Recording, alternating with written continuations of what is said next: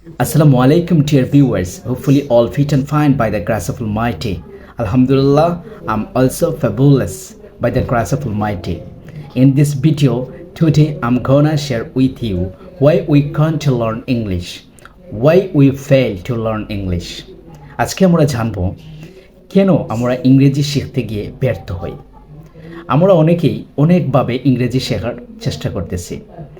কেউ পত্রিকা পড়ে, কেউ ইংরেজি মুভি দেখে, কেউ কোনো কোচিং সেন্টারে গিয়ে অনেকভাবেই আমরা ইংরেজি শেখার চেষ্টা করতেছি, কিন্তু দিন শেষে দেখা যাচ্ছে আমরা ব্যর্থ হচ্ছি। এই ব্যর্থতার একটি উল্লেখযোগ্য কারণ হচ্ছে আমরা আমাদের ইংরেজি শেখার যে ধারাবাহিকতা সেটা আমরা কন্টিনিউয়াসলি করতে পারছি না।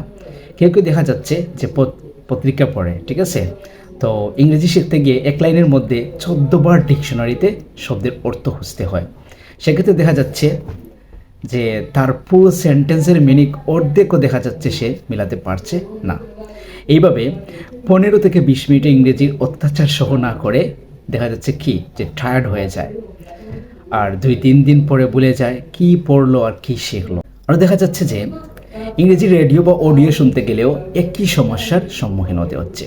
শব্দের অর্থ জানি না, তুই একটা পরিচিত ওয়ার্ড শুনলে মাথার মধ্যে আরে এই ওয়ার্ড তো আমি জানতাম, কিন্তু ইনস্ট্যান্ট আমাদের মাথায় আসছে না, কি জানি মিনিং, এইরকম আর কি আমরা ভাবতে থাকি।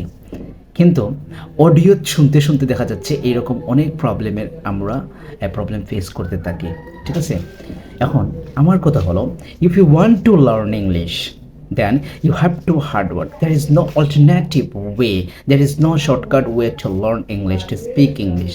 If you want to be public speaker, then you have to speak in front of public, like such as you want to learn how to swim. If you want to learn how to swim, then you have to get down into water. আপনি যদি ইংরেজি শিখতে চান, আপনাকে ইংরেজি চর্চা করতে হবে। যেমন আপনি যদি সাঁতার কাটতে চান, তাহলে আপনাকে কি করতে হবে?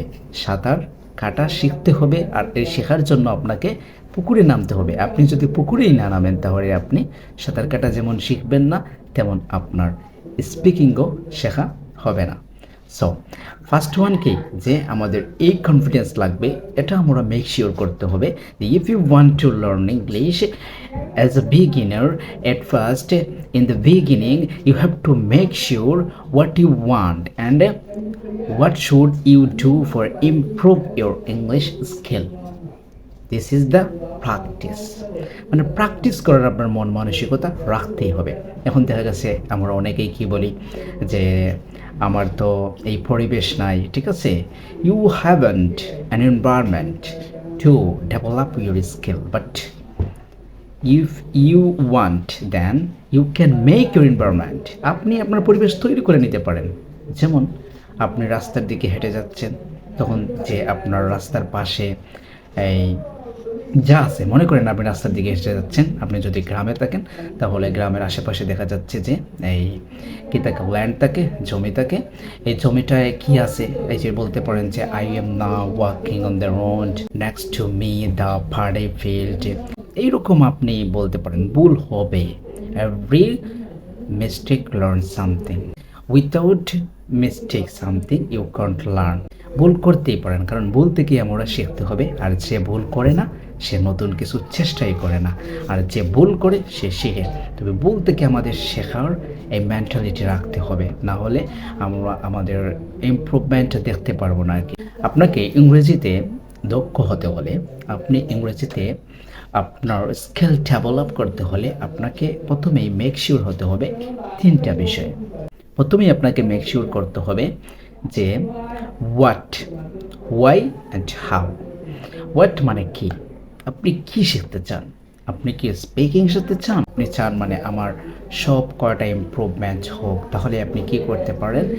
এখন আপনি যদি একটার সাথে আরেকটা কানেক্টেড ভাবে আপনার স্টাডিতে আপনি এটা অ্যাপ্লাই করেন, তাহলে I hope that you will find your magic things what you want. Okay, so আমরা একটা বিষয় দেখতে পারি যে ইমপ্রুভমেন্ট করার জন্য অ্যাট ফার্স্ট কী বলছিলাম যে আপনি কি চান আর কেন চান এবং কিভাবে এটা করবেন, এর জন্য আপনি একটা গোল সেট করেন, একটা রুটিন মেনটেন করেন, তাহলে you will get what you want. Okay, so আপনি একটা রুটিন মেক করেন যে আমি 15 মিনিট প্রতিদিন প্র্যাকটিস করব, 15 মিনিট প্রতিদিন আমি এই সময় দেব, ঠিক আছে? একটা গোল সেট করেন।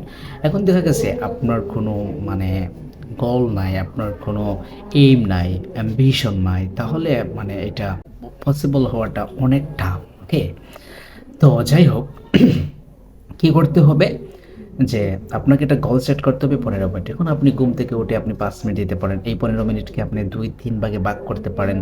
এইভাবে ভাগ করেও আপনি চাইলে আপনার স্পিকিংটা ডেভেলপ করতে পারেন। That's all about for the time being. See you in the next video.